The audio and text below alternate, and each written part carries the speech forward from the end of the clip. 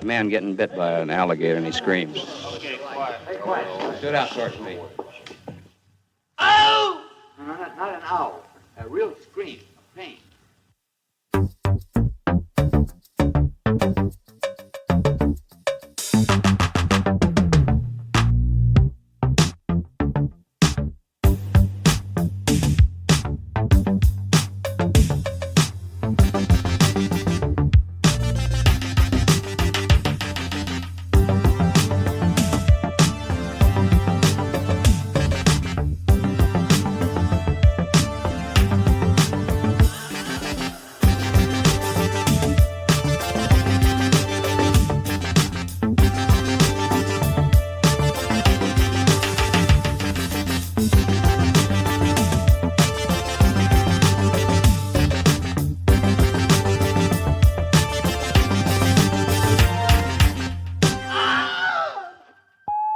Yeah, well, thank you so much, Carrie, for joining us. And let me just apologize ahead of time because, one, we get very Pollyanna-ish about Elaine May. So, like, this is probably just going to be more of a conversation and us kind of geeking out about Elaine May more than it is an actual interview about the book. So I apologize if I maybe set it up a little bit differently.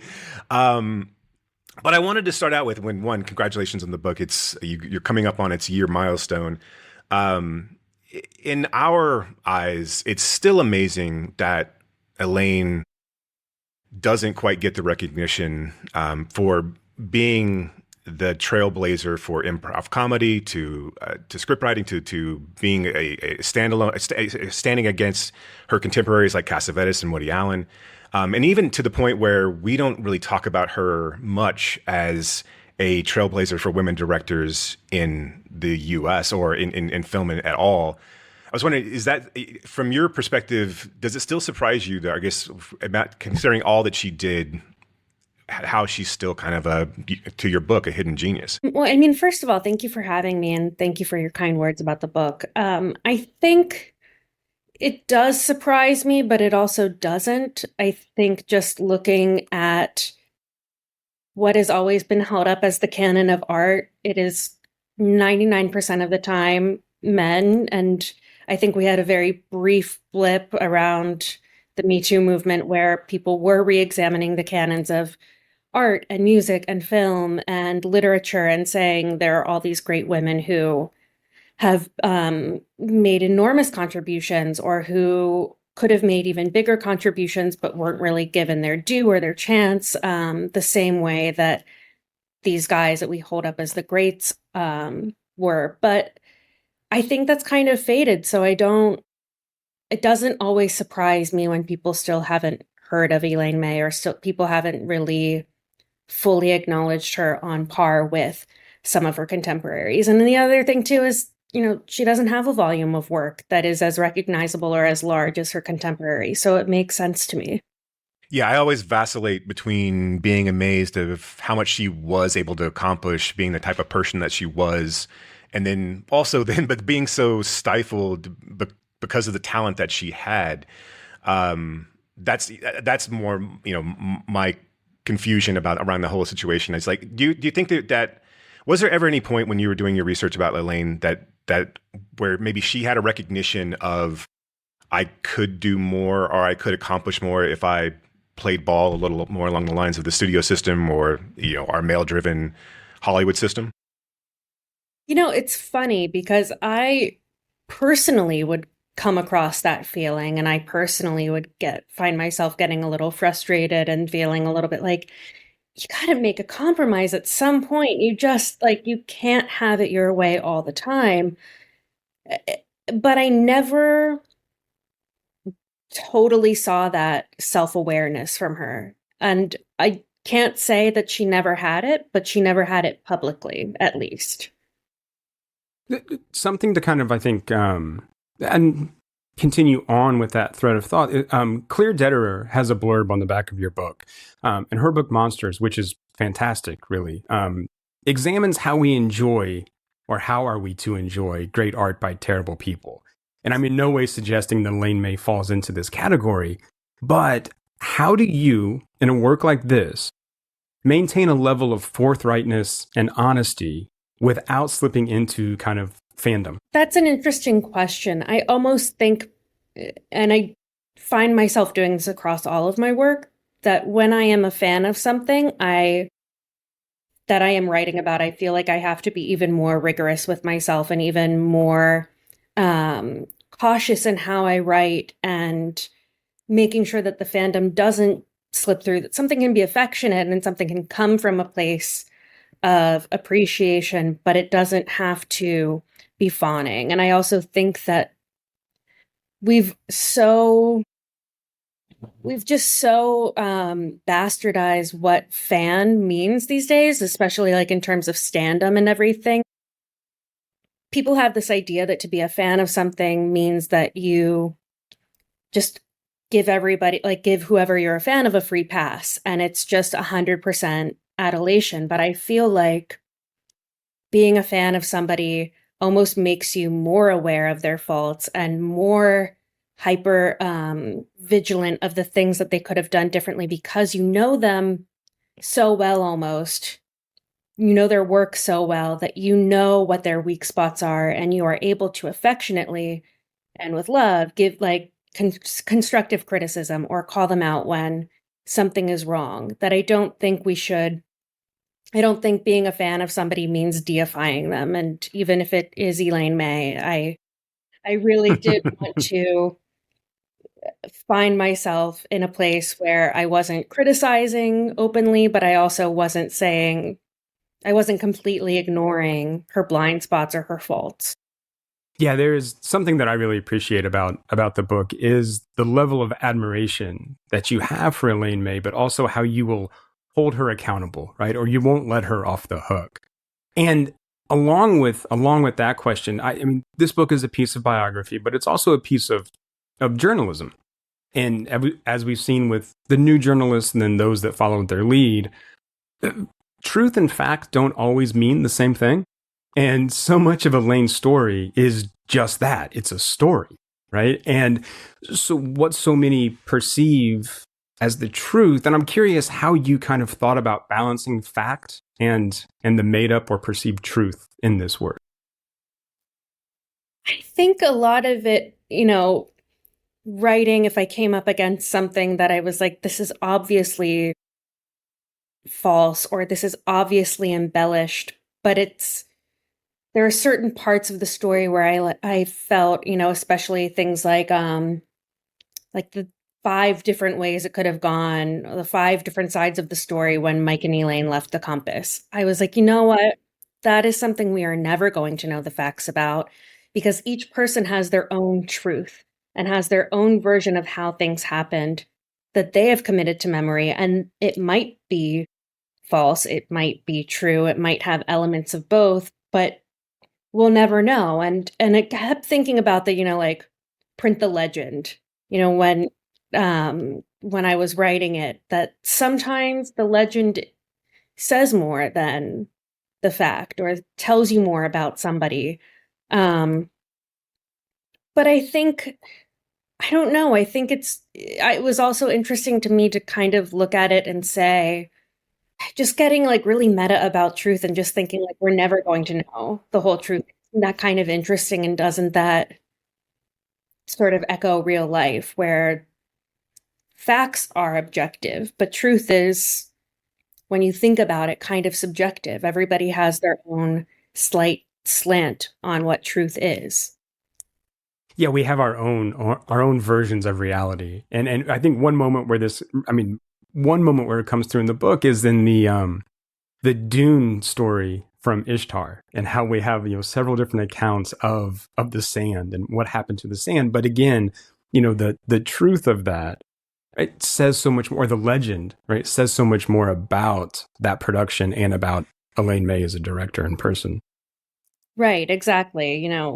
We don't know. The sand could have been removed. The sand could have stayed there. But what matters actually is that somebody thought enough to share that story as a damning anecdote of the film. And why would they do that? And looking at that rather than asking, was it real or not?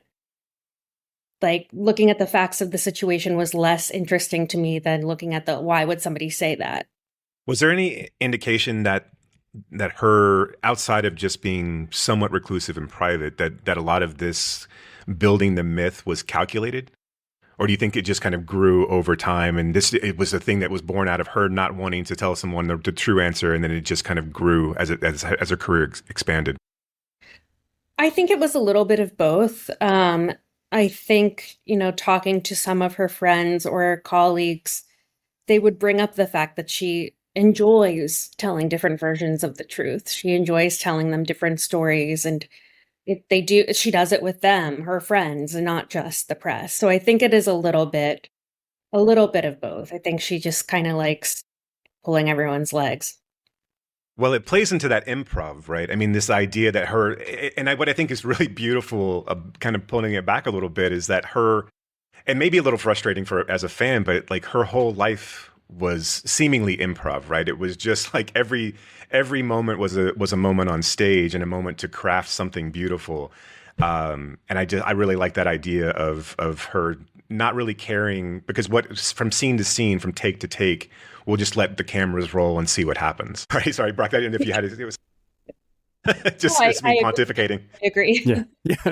Well, I mean, I was just gonna add that I that's something that makes me appreciate her even more, is that she's so slippery, right? And so tough to really get a handle on, like, not that I even want to know the real Elaine May, right? I like this kind of crafted, legend that she is. And I think that, yeah, she just becomes even more appealing, because we can't pin her down, and she refuses to be pinned down, right? I want to make sure that I give her all the agency that she has in the world. Yeah.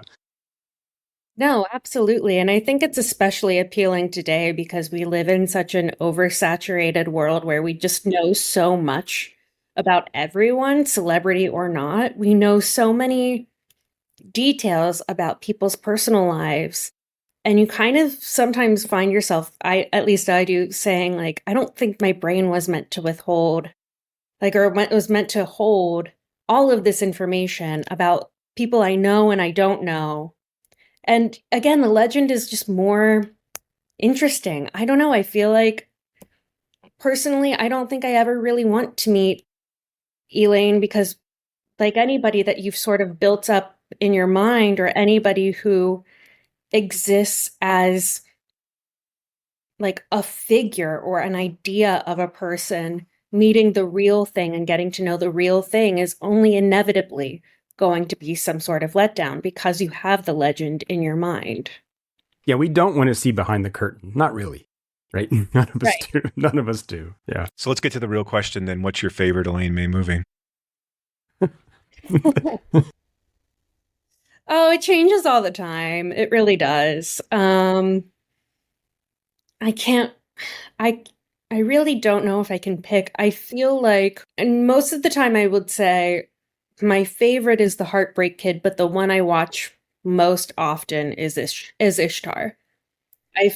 There's something about Ishtar that is just, it's probably because it's like her easiest to slip into. It's the most accessible one. It's just, if I need an easy laugh or something to put on in the background, that's kind of the one I'll go to.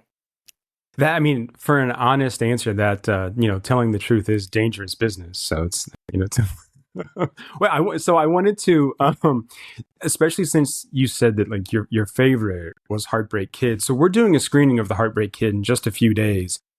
I wonder if you could give some more insight into the Jewish controversy and the sort of second wave feminism controversy around that film. Sure. Trying to remember, because it's been a while since I wrote that chapter. I think the biggest controversy, the Jewish controversy and the second wave feminism controversy, kind of went hand in hand. And it was all about how Lila, who's played by Jeannie Berlin, is portrayed. And people were very upset across the board, thinking that she was not only a Jewish stereotype, but that she was a stereotype of a nagging woman, or of like a needy, childish woman.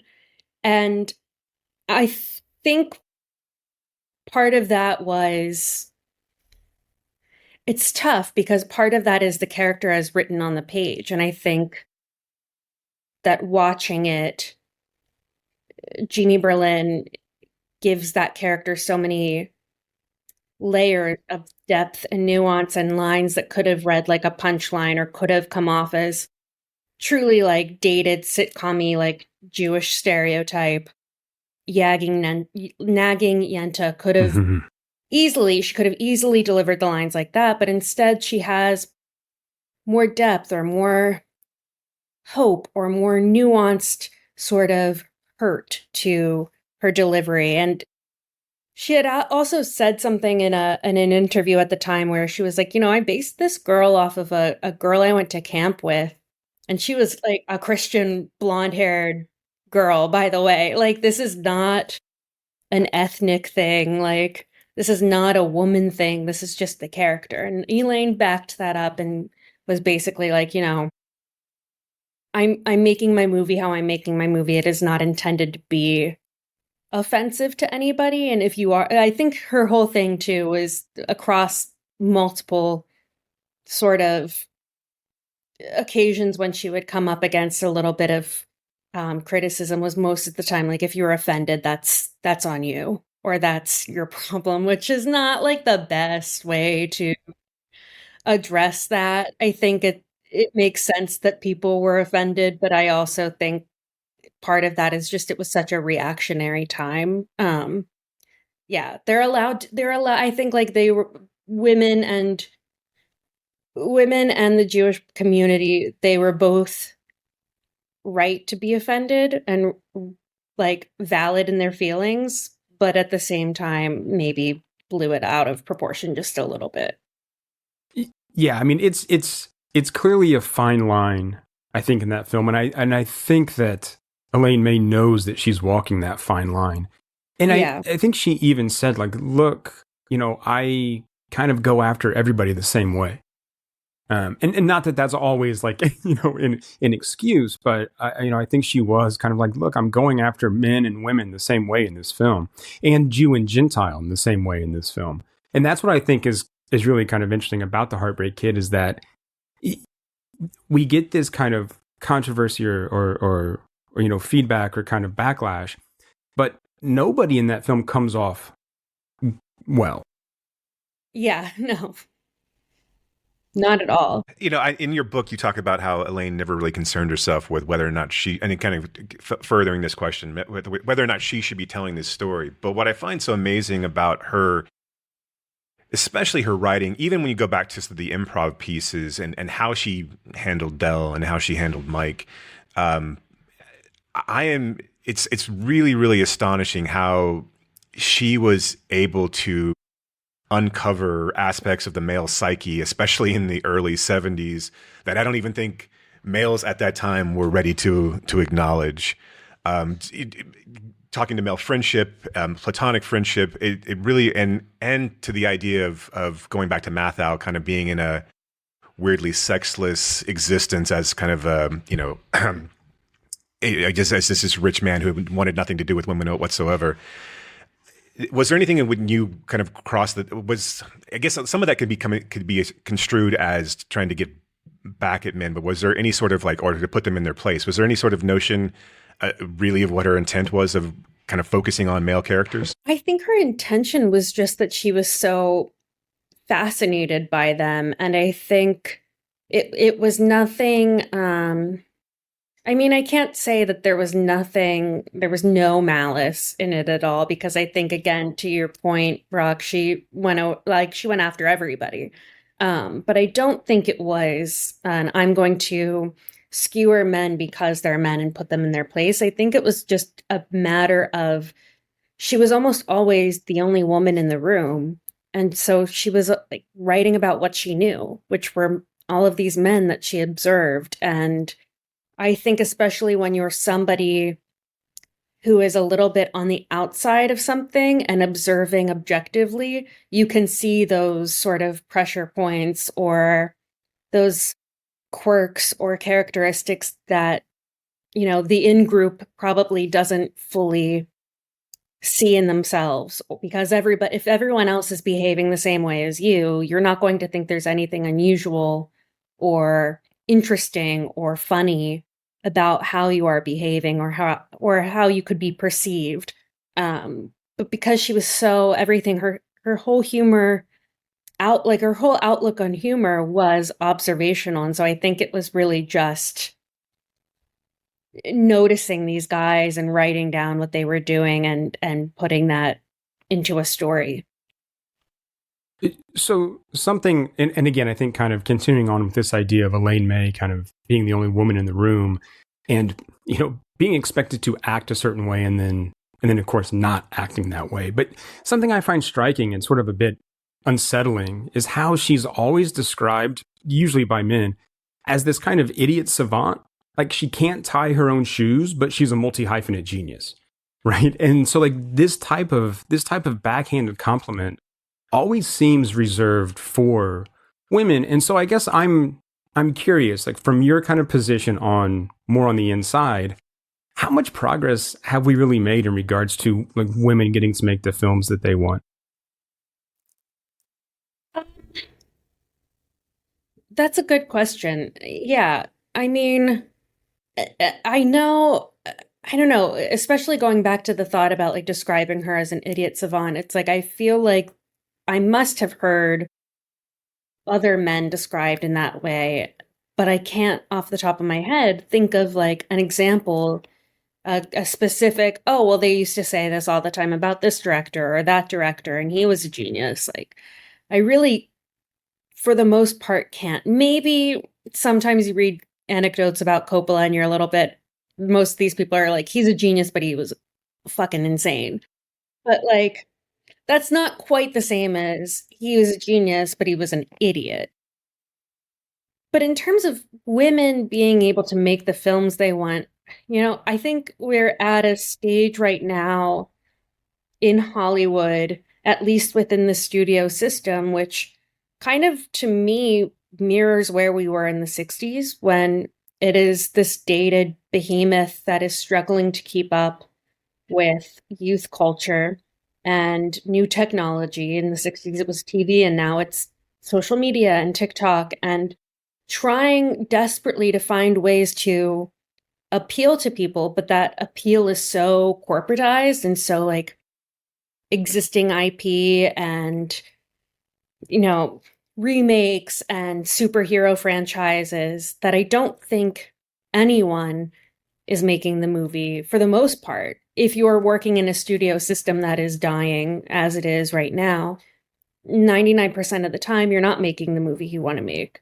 I think there's a lot more room in independent film, and I think independent film is starting to kind of make a comeback, or with like the mini majors. But I think it's really hard because it's such an expensive medium for anybody, man or woman, to make the film that they want to make on their own terms. Unless they are financing it entirely themselves, it's just, there may be like 3 people out there who are doing it. So to that end, do you think Elaine's supposed film that exists today, that they're looking for an insured director on, will ever see the light of day? I always feel like the grouch when I answer this kind of question. No, I think we're with you, but yeah. No, it's not it's not going to happen. I'm sure a finance thing, even if they could get the financing to make it, the whole thing that Sebastian Stan has said where they're looking for an insurance director, there is no shortage of amazing, wonderful, right, talented directors, big name directors who would love to shadow Elaine May and serve as her backup. I think the issue is probably her agreeing to one of those directors. I think it's point. Like the reason why so many of her projects post Ishtar didn't get made is because it always came down to a compromise that she did not want to make. Here's a quick question. Why do you think that Why do you think that Elaine May didn't go that Cassavetes route then, and sort of like financing her own, or kind of like he, following his lead in that fashion? I always wondered that, especially because they were such good friends. I can't imagine him not trying to convince her to do that. But I wonder if it is because and I know that like there were some anecdotes about this that Mike Nichols had where especially like I think it was, I don't know, 2005 or 6 or something where they were in conversation and he sort of alluded to the fact that they were used to making movies in a comfortable manner. And not that I would call any of Elaine's productions comfortable, but it's possible that she was like, if it's this hard with somebody else putting up the money, I don't even want to try to do it on my own. And I know that there was the one film that she sort of like ghost scripted that was entirely in the spirit that was entirely independently produced. And basically all accounts of that where everybody involved had come from working with the studio or working with an independent producer who would get a backing company and then sell it to like, and everyone was like, this was miserable. Like, we're never going to do this again. It's just, we're too old for this. I think that it was just maybe probably that. It's always surprising, though, to us, I guess, because we did a deep dive a couple of years ago in just kind of going through her entire filmography, going through her scripts and her acting roles. And especially in the 90s when the money was so, I mean, where you could get $1 million. No, people, they were handing out $1 million on the street corners, apparently, you know, during the Sundance age, that no one turned to Elaine May, or even really, I guess Cassavetes at that point would have been in too poor of health, but no one would have turned to Elaine May and said, here, you've got to have something in your back pocket. Go make this film for me. Yeah. No, I think, but then again, I think like early 90s, Ishtar was still so much a punchline.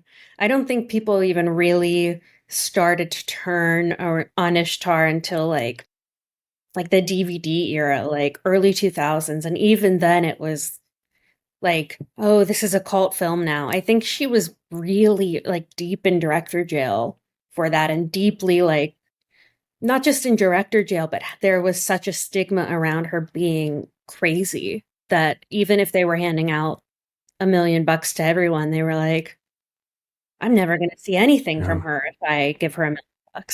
Yeah. Even the reclamation of Ishtar is not really a reclamation of Elaine May.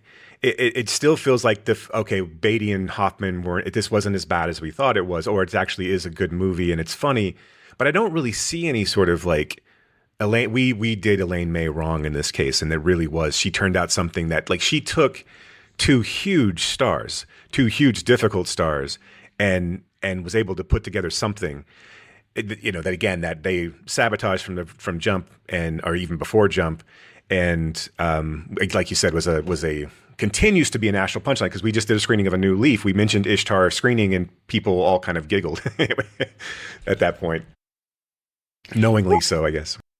I mean, I think I see it sometimes, but I think I'm thinking just of an interview I did with Natasha Lyonne, and she had said something like it just stuck in my mind forever. She was like, you know, Beatty and Hoffman got to make movies after that. It's criminal that we didn't let Elaine May make a movie after that.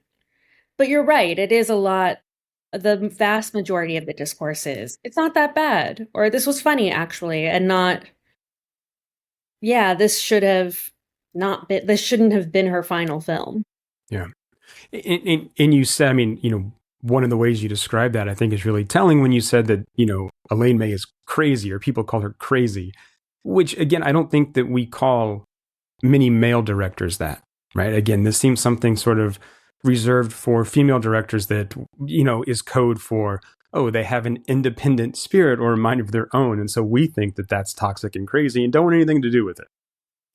Yeah. I mean, it also might be a generational thing because I do think we've started calling some directors crazy now, but it's still very few and far between. And it's almost like saying crazy, like affectionately, like, wow, they're crazy because they're not doing things in the status quo, and that's insane. Good for them, I guess. But I don't know if I don't think it is commonly.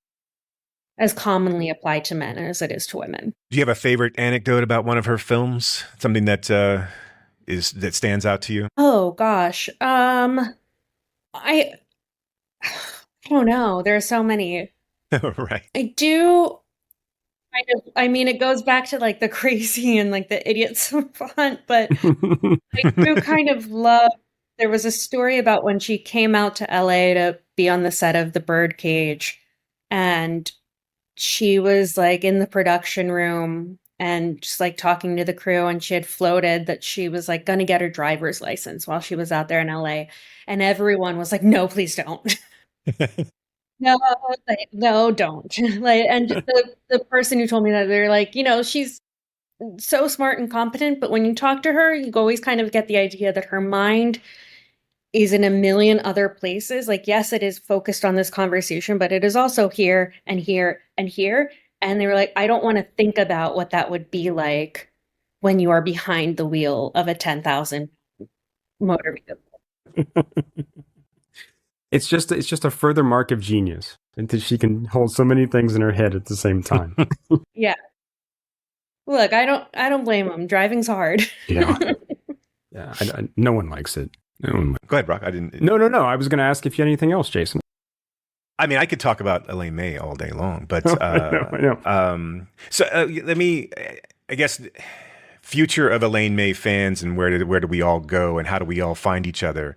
Are there any hopes from your perspective in regards to, you put out this book, you spent all this time living in this world of Elaine May? I guess, do you see a time where, and again, I know that rights are difficult, especially with Heartbreak Kid, but like where we see the 4 films of Elaine May in a Criterion box set, or there's some sort of real retrospective or real kind of reclamation of her in the immediate future or in the future at all?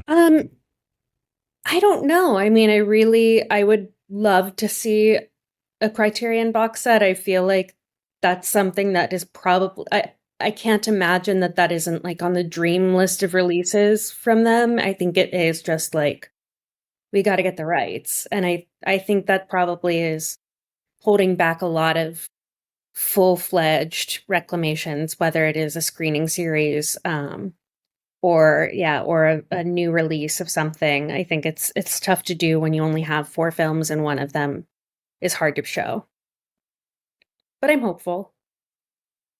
Yeah, I'm still amazed when people are like, "Who's Elaine May? I've never heard of this director," and I'm like, "How could you have not?" Yeah, it still boggles my mind.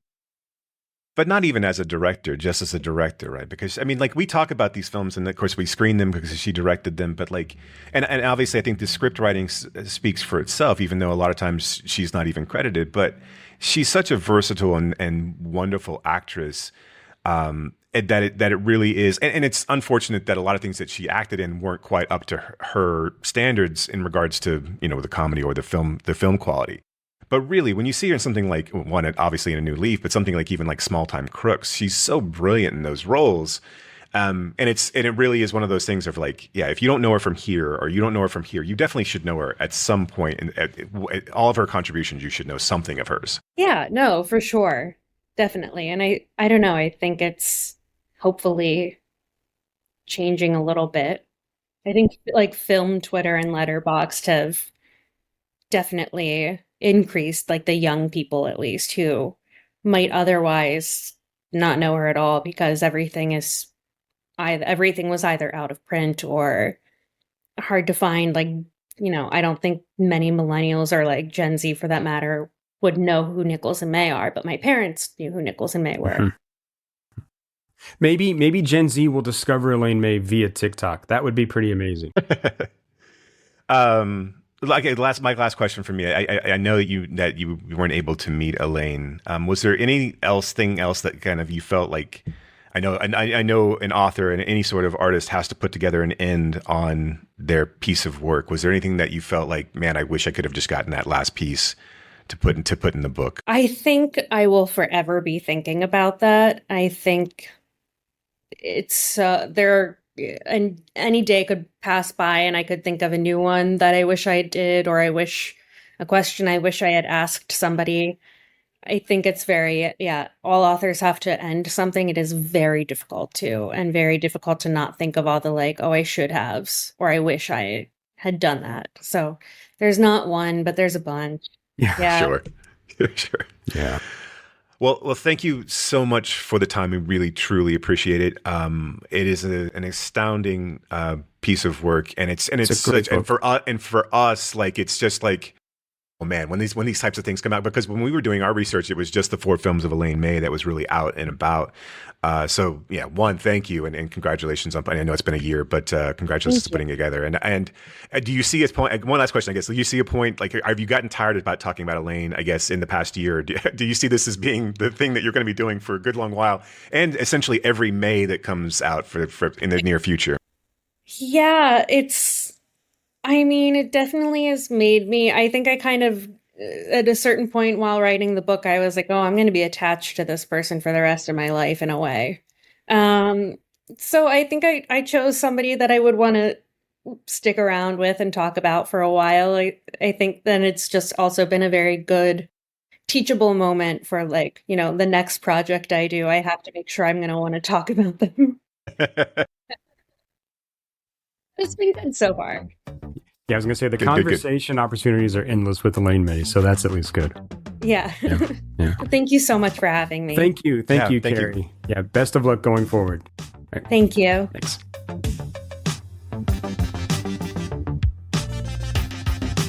You have been listening to Why Does the Wilhelm Scream with your hosts, Brock and Jason. If you liked today's episode, do us a favor and rate, review, and subscribe in whatever application you use to consume podcasts these days. You can reach us by visiting whydoesthewilhelmscream.com. If you are in the DFW area, we would love to see you at a Fort Worth Film Club event. You can learn more about those and find a full schedule at fortworthfilmclub.com. And you can learn about my foundation and how we are trying to foster the next generation of film lovers at realhousefoundation.org. That's REEL housefoundation.org. Till next time.